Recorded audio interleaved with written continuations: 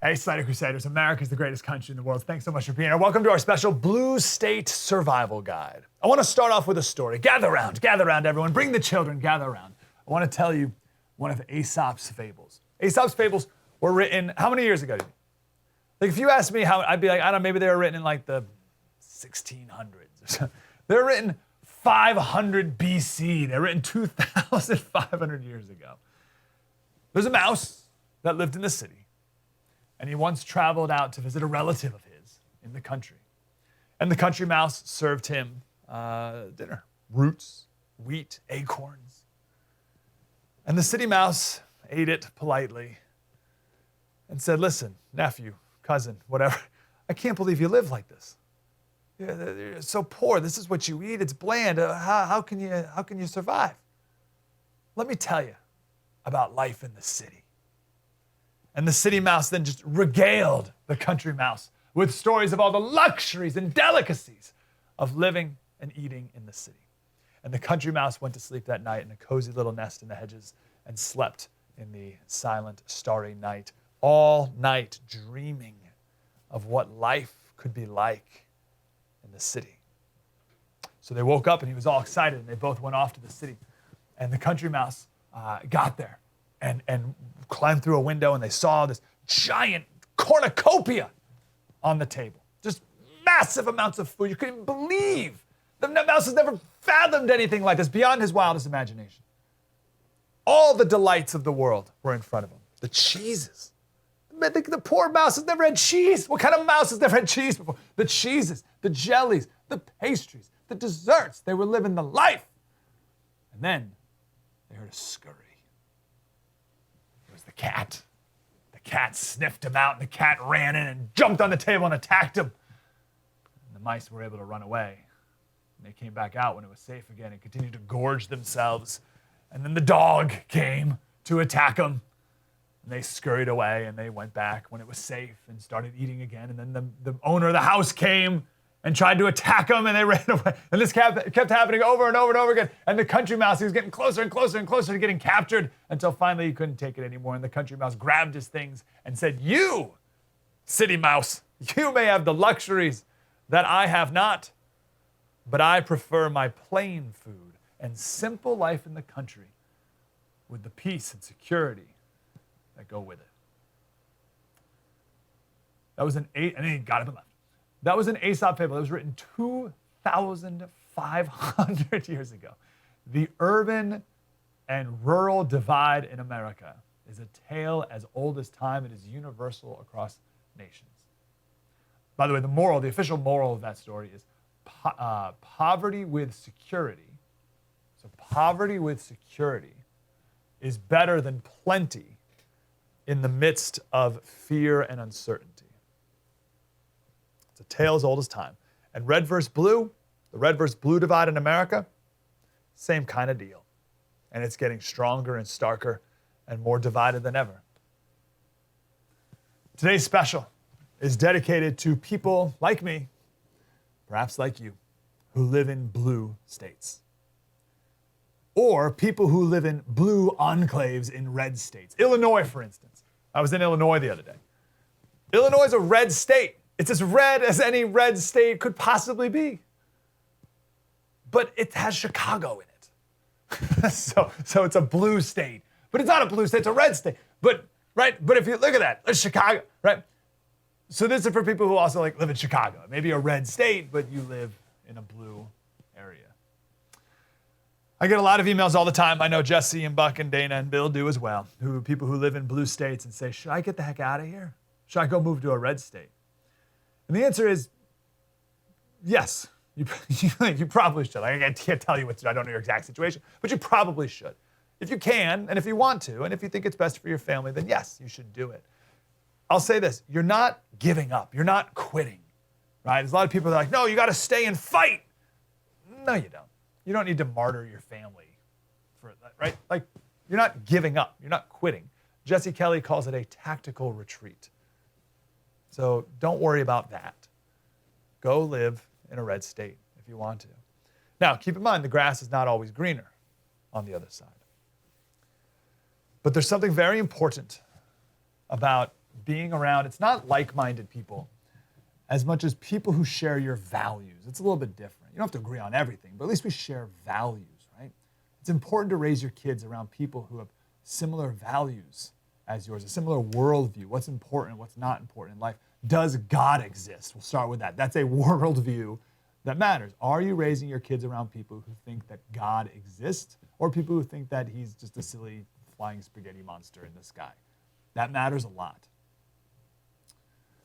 So yeah, move. It's fine. I don't judge you. I don't blame you.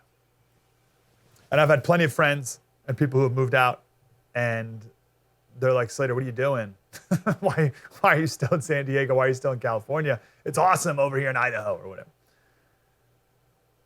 I don't blame you at all. But if you can't move, and that's not quite right, because everyone can. You can go do whatever you want. You can do it. But if you choose not to, what if your job or that you love or your business is in a blue state? Or what if your family is in a blue state or a blue city and you'd rather not leave them, right? Right? So you may feel stuck. And that's my first point. You're not stuck. You're never stuck. You're making a choice. And that's okay. You're weighing the pros and cons, right? I want to leave because of all the crazy people here, but my family's also here. So you're figuring it out, and you're placing a higher value on being near your family at this point in your life than the cons of staying around crazy people in a crazy blue state. That's fine. And that's my first point. I got 4 points. My first point is, if you decide to stay for valid reasons, or maybe if it's like a begrudging, like, it's like, it's close. Like I love my family, but maybe not that much, and right? It's like, But if you decide to stay, don't whine and complain about it. I'm talking to myself on that one. You made your choice to stay. Own it. Second point, if you stay in a blue area, cultivate your community. You have to be even more diligent in curating all the inputs in your life and the people around your life. Right? You live in a blue state, in a blue city, you have so much insanity thrown upon you nonstop, constantly. You have to watch what you let into your home, what TV shows, what movies you watch, what music your kids listen to, social media. You have to be even more careful. Careful is not even the right word. More protective, more on guard with that stuff than maybe other people do. You, because you are in such a dark place, you need to be morally pure and strong to face what's out there. Curating your community. Consider homeschooling or find a school that does match your worldview. I'm in San Diego. My family, we found one for my 4-year-old. You can too. It's so important to do that. Third point, find a church. Find a church that you're deeply connected with. It's not going to be perfect. No churches are because they're made of people. But dive in and make it better. Make it better. That community is super important. Someone gets sick, you get sick, people are there to help you, et cetera, et cetera. And my last point, the fourth point is, if you live in a blue state, it may be better in some ways, possibly in some ways. It could make you stronger because you have to be. You have to have stronger values. You have to be more different, right? So be a greater contrast. That's good. Don't let living in a blue state make you weaker. Don't let it beat you down. You're not fragile. Be anti-fragile. Let it make you stronger. One of my all-time favorite quotes, absolutely one of, like top 5, Abigail Adams to her husband in the middle of the Revolutionary War. She said, "These are the times in which a genius would wish to live." It's so easy if a time like that, turmoil, whatever, to give up and want to give up and be like, no, this is great. This is awesome. This is when a genius would wish to live. It's not in the still calm of life or the repose of a Pacific station, peaceful, that great characters are formed. The habits of a vigorous mind are formed in contending with difficulties. Great necessities call out great virtues. When a mind is raised and animated by scenes that engage the heart, then those qualities which would otherwise lay dormant wake into life and form the character of the hero and the statesman. That's just as good as it gets. Things are really, really bad in our cities. This is Los Angeles. This is driving down a random street in Los Angeles, and I saw something similar to this in San Diego the other day. It's bad. And progressives are doubling down on all their failed policies. It's going to get much, much, much worse. But this is the time in which a genius would wish to live. So let me recap. If you can move to a red state and you think it'll be better for your family, you should absolutely do it. Period. Don't feel bad about it. Feel good about it. If you have decided to stay, for whatever reason, in a blue state, great. No whining. No whining. Cultivate your inputs. Embrace it. And build a strong community. Also remember that people have been through a lot. On this week, in 1536, 485 years ago, William Tyndale was strangled and burned at the stake for translating the Bible into English for the common man. I know you live in a blue state. Are you at risk of being strangled and burned at the stake right now? No. His final words were, Lord, open the King of England's eyes. Open the King of England's eyes. It's a good prayer for us today, too. And perspective is always good. Coming up, we're going to give this survival guide. What is a conservative in a blue state or city to do politically? What are they to do from a business perspective, and also like how you spend your money perspective, what businesses you support? And we're going to start off next with Rod Dreher about what is a Christian to do in a post-Christian world. It's all coming up next. Blue State Survival Guide. Spread the word.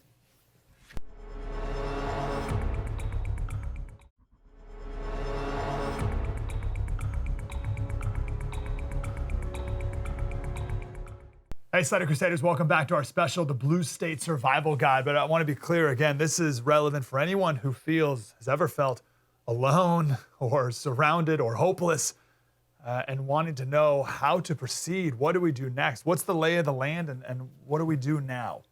So this segment we're going to take from a Christian angle, next segment more from a political angle, and the final segment from a business angle. And I could think of no better person to talk to than Mr. Rod Dreher. He's the senior editor at the American Conservative, and you must read his two most recent books, The Benedict Option, A Strategy for Christians in a Post-Christian Nation, and his most recent work, Live Not by Lies, A Manual for Christian Dissidents. Rod, how are you, sir? I'm doing great. Thanks so much for having me on. Wonderful to talk to you. Let's start with St. Benedict. All right, so he lived in well, how did he live? What was the type of city that he lived in? What did he find that was so offensive, and where are the parallels to today? Sure. Well, St. Benedict of Nursia was an ordinary Christian raised in Umbria in Italy, born 4 years after the collapse of the Western Roman Empire. He went down to the city of Rome around the year 500 to continue his education. What he saw there so shocked him, the fallout of the collapse of Rome, the moral chaos, the squalor, that he decided that if he stayed there in the city, he was going to lose his faith.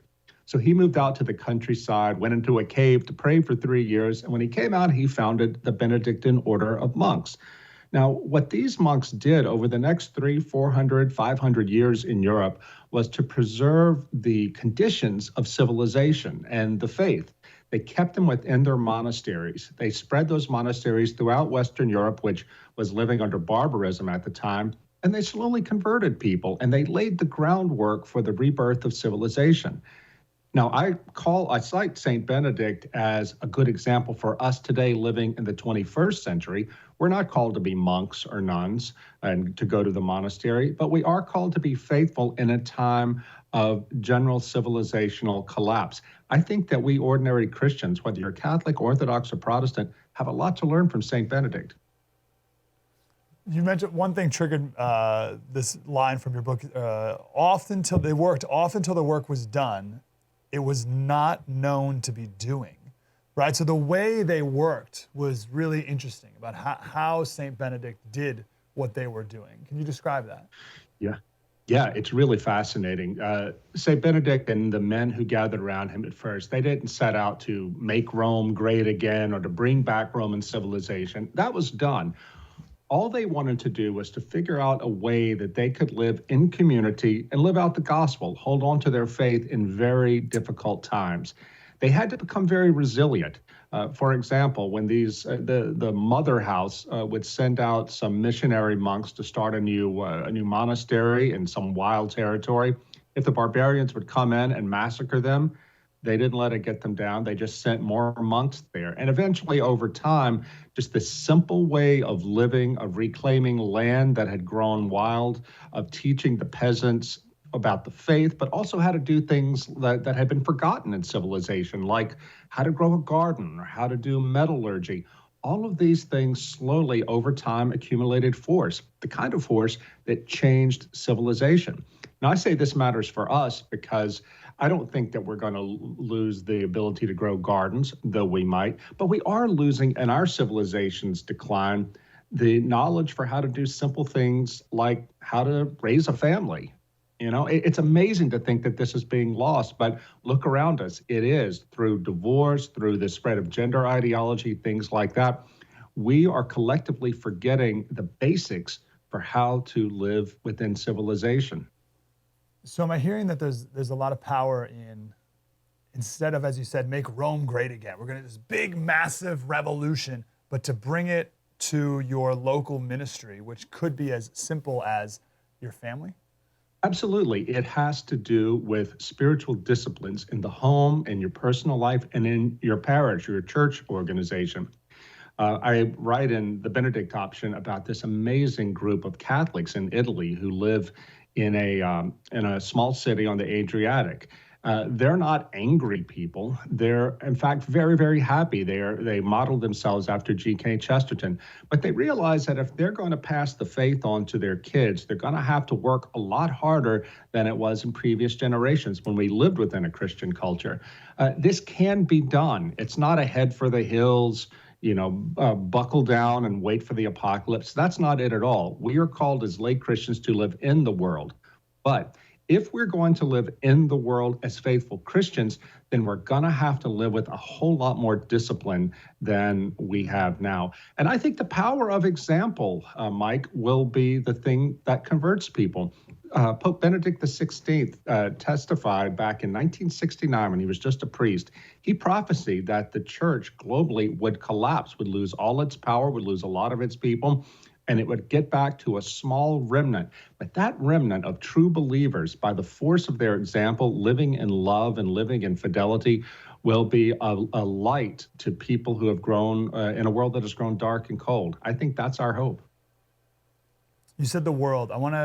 Let's define that for a second. You were the first person where I came across the term moralistic therapeutic deism. And I think this is really important for us to understand because even when I was a newer Christian, I think I've been a Christian for maybe like 8 or 9 years now, my Christian faith very easily started from moralistic therapeutic deism and kind of lived there until I could identify what it really was, and then I could contrast it with what Christianity really should be and is. So what is this modern religion that the world is? Yeah, I'm so glad you asked this question. This is something that is such an enormous issue for Christians in our time. There's this sociologist of religion at Notre Dame University, Christian Smith, and he and his research team came up with a phrase, moralistic therapeutic deism, to describe what he says is the actual de facto religion of American Christians, and not just Christians, American Jews, and even young Muslims. And he said that it has conquered, like a parasite, the institutions of Christianity, but it's not Christianity.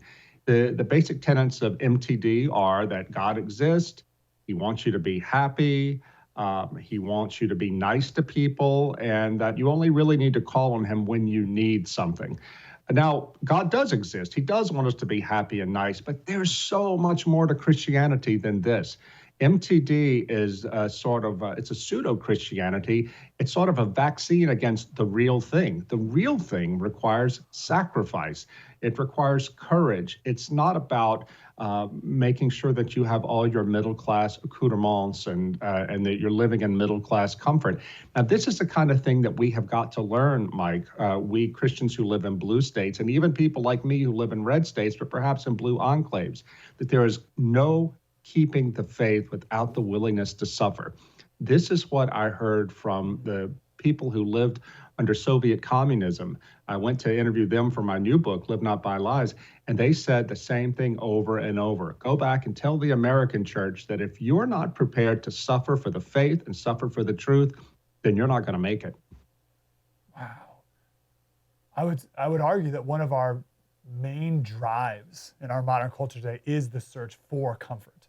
That's, I mean, on a daily basis, just the foods we eat, the things we watch, it's all distraction and comfort. And suffering is like the worst thing ever for an American. Wow. Okay, let's define that then. What does that mean? What is suffering? To suffer means to be put in distress or to suffer a material loss or loss of your freedom, even ultimately the loss of your life for the sake of a principle, for the sake of the faith. You know, when I went over to Eastern Europe to talk to the people, Christians who had stayed behind, who had not escaped communism, and to ask them, what advice would you have to give to American Christians today? Because we're facing what they consider to be a form of totalitarianism with cancel culture and things like that. I asked them, what principles or what strategies do we need so we can hold on to our faith? And it all went back to suffering, cultivating the ability to withstand the hatred of the world, to withstand loss of your job, loss of status, even, as I said, loss of freedom for the sake of the gospel. This is coming. They're certain of it. And I think they're right about that. And I know that because the American church, and I'm accusing myself here too, we're very middle class, very used to being comfortable. We're not ready for it, but we have time. God has given us time to prepare for it. I dedicated Live Not by Lies, Mike, to a priest named Father Tomislav Kolakovich, a Catholic priest. I'm not Catholic, but I dedicated the book to him. He came from Croatia in 1943. He was doing underground work against the Nazis. He heard that they were coming to arrest him. He escaped to his mother's home country in Slovakia, began teaching in 1943 at the Catholic University there.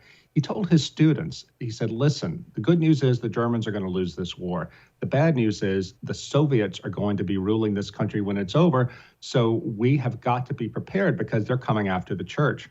So he began to organize small groups of true believers. They studied their catechism, they studied their Bible, they prayed together, but they also, Mike, figured out ways that they could help each other if the persecution came. His own bishops condemned him and said, Father, you're scaring people. It will never happen here. But Father Kolakovich knew what was coming.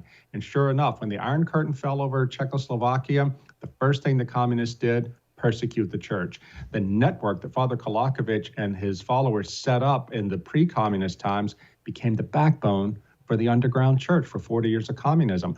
I believe that we are living in a Kolakovich moment right now in America. We don't know how much longer the time we have to organize is, so we'd better get on it. We've been writing down some of the great lies that people tell themselves all the time, and one of them is, I was just doing my job. That's a classic one. And you just mentioned, it'll never happen here. Mm-hmm. And that's such a numbing force. It's a powerful numbing force. Whenever anyone's concerned about something, oh, that will never happen here. Mm-hmm. What do you say back to that? I say, look at Russia. I mean, people back before the Russian Revolution, nobody thought that communism could ever happen there, but it did. And one of the reasons it came there is because people thought it couldn't happen, that the Tsar had been here forever. He will always be here. But things had decayed so much in pre-revolutionary Russia that when the revolutionaries showed up, everything fell apart. Alexander Solzhenitsyn, the greatest dissident to come out of communism and a faithful Christian, said in the preface to the 1983 edition of his book, The Gulag Archipelago, that everybody around the world says what happened in Russia could never happen in my country.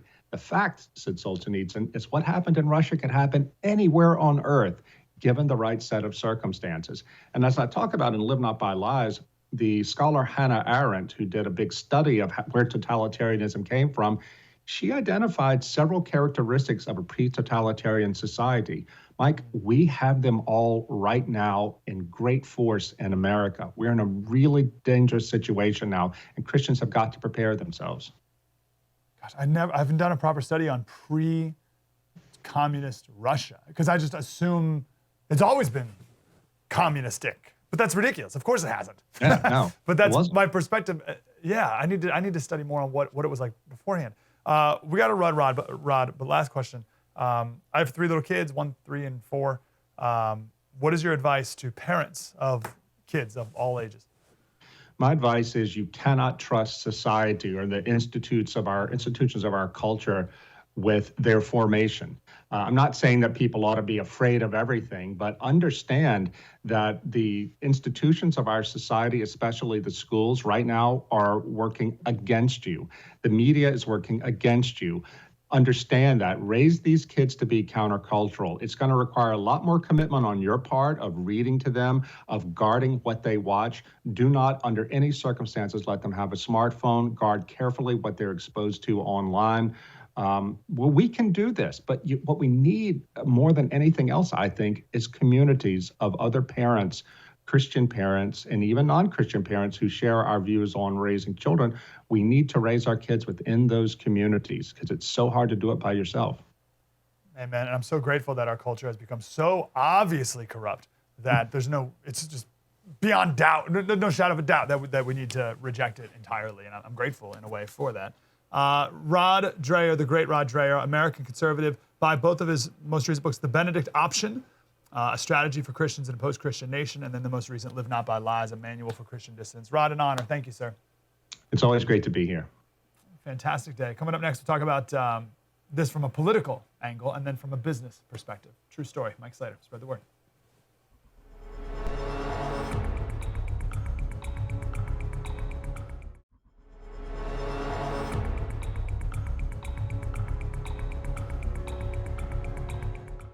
Hey, Slater Crusaders, welcome back to our special How to Survive in a Blue State. So the last segment, we talked about it more from a Christian perspective. How's a Christian to live in a post-Christian world? Coming up in the next segment, we'll talk about it from a business perspective. How do we spend our money when all these businesses, woke businesses, are against our values? In this segment, I want to talk about it from a political perspective. We'll do that with Max Reimer. He's the Republican National Committeeman in Minnesota. Max, how are you, brother? I'm great, Mike. Thanks for having me on. And we're both in very interesting states right now, I would say. I'd say so. So I am in a hopeless, emotional state, living in a hopeless state that is California. And especially with our failed recall recently, it's discouraging. And it's amazing to me that we used to be a red state. California, with Reagan and Nixon and we had big time prominent Republicans. We were a red state, and now we're like communists. And Minnesota is a weird anomaly always, but you always used to be red to purple and now blue. How did we get here? We'll start with that. How do we get to this condition? It's really interesting, Mike, when you look, because you're absolutely right. We've had a dynamic in this state where Democrats lived in what we call the Iron Range. So you had some blue dog Democrats, you had some old school Democrats. That area of the state is really changing. But our suburban areas are becoming basically staunchly blue, almost Democrat stalwart districts. And then you have Minneapolis, where it's basically just as crazy as Los Angeles. We don't get the headlines that Los Angeles does necessarily, but we're ground zero for a lot of really bad political ideas. We're ground zero for election integrity issues, I would say, and strategies that have been implemented across the country. I have a business in Minneapolis, so I am in Minneapolis right now. And we've been here for about 5 years, and it's changed dramatically just in that time period. In the cities, it's gotten more radical. So it's crazy. I think, and Minnesota is also, oddly, ground zero for a lot of this critical race theory stuff into our schools as well. So thanks a lot for all that. So what do we do? You're a Republican in a blue state, short of hightailing it to Texas, which by all means, if someone feels called to do, I won't stop you.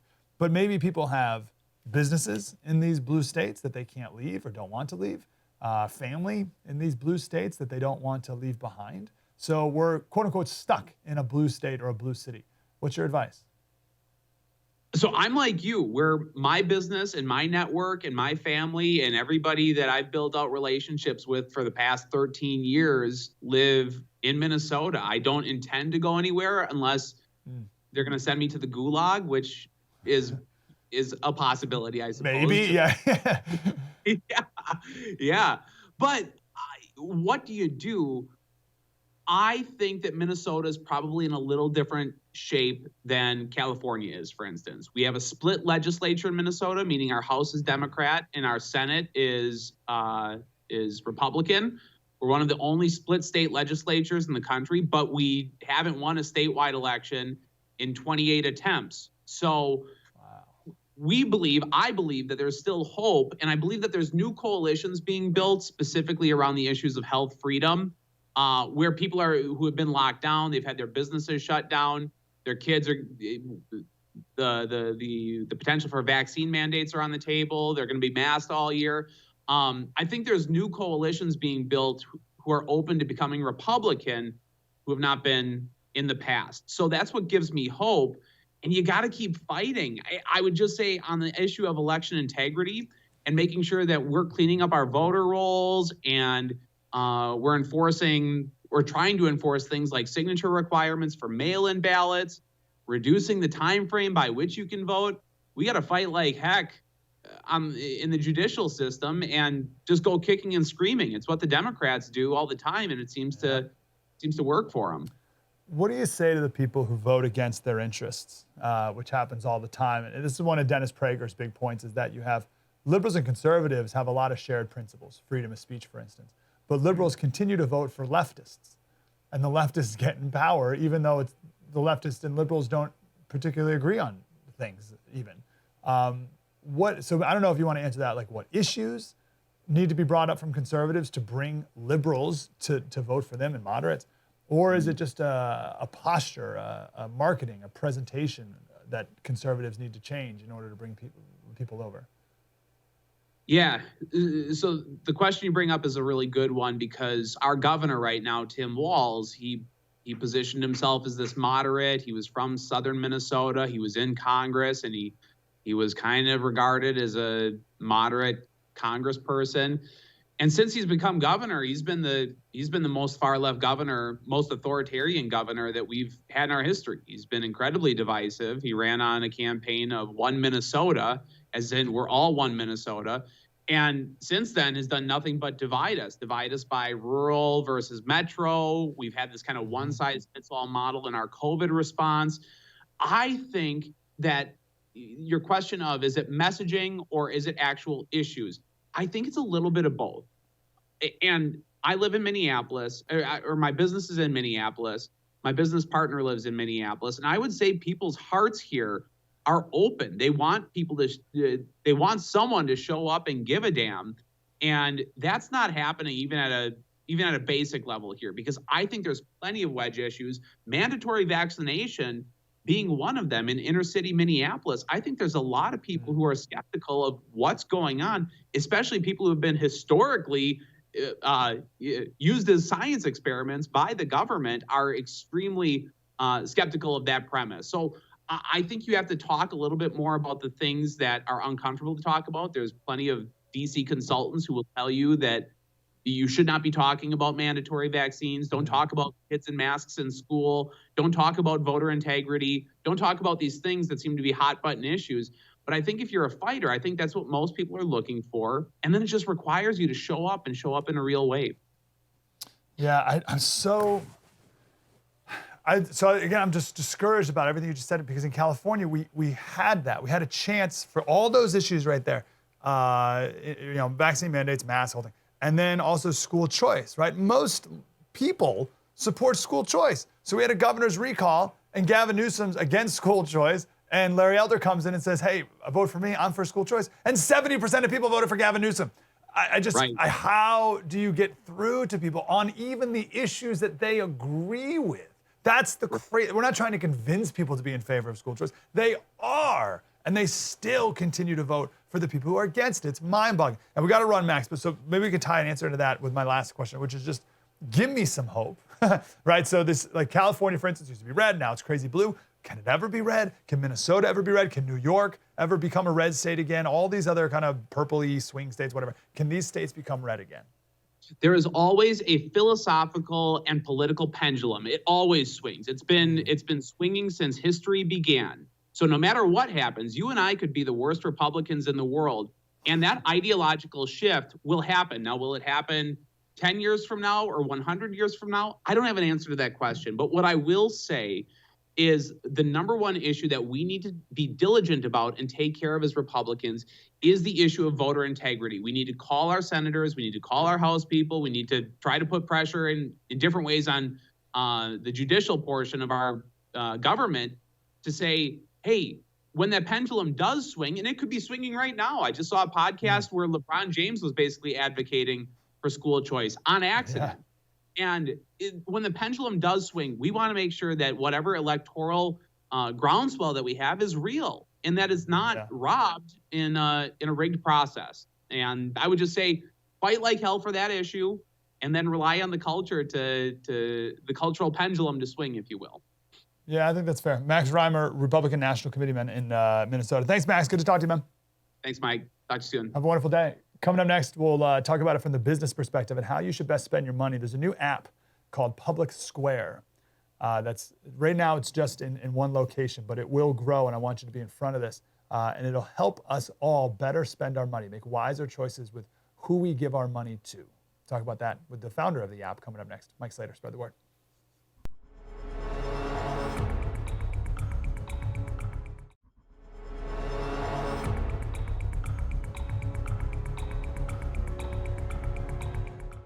Hey, Slater Crusaders, welcome back to our special Blue State Survival Guide. So we kicked off the show talking with Rod Dreher about how a Christian is to live in a post-Christian world. The last segment was about politics. What are we supposed to do politically when we live in a blue enclave or a blue state? And now I want to talk about it from a business perspective. Obviously our culture, but even the big business, and every business it seems, is actively fighting against your worldview and your values. And what are you to do, right? So many conservatives still spend their money at Starbucks. Why? They hate you. Stop giving them your money. But how do we know where to go instead? Well, there's an answer here. Our next guest has the solution. Michael Seifert. He's the founder of a new app called publicsq.com, Public Square, publicsq.com. Michael, how are you, brother? Fantastic, Mike. Thanks for having me. Man, great to talk to you. Full disclosure, I went to the big launch of the app the other day in San Diego. Dennis Prager was the speaker. It was the best speech I've ever heard in my entire life. It was an amazing event, and I'm super impressed with what you guys have built here. So talk about the big picture scenario that I kind of outlined there, about how doesn't seem like businesses are actively against conservative and Christian values. Do you see that? Yeah, you nailed it. The marketplace has largely moved away from the average American. The average traditionally minded, conservatively valued American that still values the values that has made our country special in the first place. The marketplace has really left them behind in the pursuit of sort of corporate wokeism. And so we see that with all of these mega corporations lining up to basically compete for who can support progressive social causes the most. We see companies actively lobbying to continue slave labor in China. We see companies actively moving to defund the police, donating their resources, matching employee contributions to causes that support abortion, defunding the police, kind of radical ideologies like Black Lives Matter, movements that seek to sort of dismantle the nuclear family. This has all evolved over the last few years, sort of gradually, and then suddenly it's really hit us over the head over the last year. And then also paired with the COVID season, we realized a lot of this, where there are certain businesses, especially in a blue state like California, where we're from, where the businesses almost got militant about aligning with the government for COVID measures to treat consumers almost like lower class citizens if they didn't abide by the mask mandates and now the vaccine mandates. And so we're seeing this real almost segregation pop back up, and it's a real line in the sand. I really believe a line in the concrete for consumers to say, where are the businesses that support me and where are the businesses that don't? And if a business is not willing to support my freedoms, my liberties, if they're not willing to stand for what's made this country so special in the first place, then I need to spend my money elsewhere. And we provide the outlet to do that. It's so great because we were talking in the opening about, should you, if you're in a blue state or blue city, should you move to a red state? And, yes, but also maybe you can't for different reasons, whatever. But if you can't move and you're stuck where you are, you sure can spend your money. How, right? You still control where you give your money and who you give your money to. That's always within your control, no matter where you are. And in your estimation of surveying the land here, do you think these CEOs and these corporate boards are they believers in their progressive causes, or do you think they're going with the cultural winds and just trying to cash in on it? Definitely the second. I have a hard time wow. believing that many. I have a hard time believing that many of the people in the boardrooms genuinely care about the issues that they profess to care about. For example, every June, you'll see mega corporations deck out their logos with pride flag. If you notice, though, those are only for the Western markets. Their logos in the Middle East, they actually do not change their logos because they realize that it won't fit culturally there. So it's not that they're standing for their convictions, it's that they're standing for culture's convictions in an arena where that sort of progressive social status is celebrated. And so I think for us, it's a real opportunity to show those corporate boardrooms that America's not buying what they're selling and that they've really misjudged the market. Yeah, you're so right. And because even the progressives here in America, it's such a small percentage. It's so amazing that these boards even feel that they need to cater to such what I believe is a small, progressive activist group that's not the mass of American people. It's wild. But again, this goes back to your app here, and we can solve that and let them know where the money really is. So give us the rundown of what the app is, especially the marketplace portion of it. Yeah, great question. Thank you. Public Square, Public SQ, on the App Store, Google Play, and then online at publicsq.com. We're an app and a website that has three pillars to it. The first being the marketplace, and that's the largest component of what we do. And it's really designed to help people feel empowered with their finances, that they actually have the ability to spend money where it matters to them, to spend money in alignment with their values.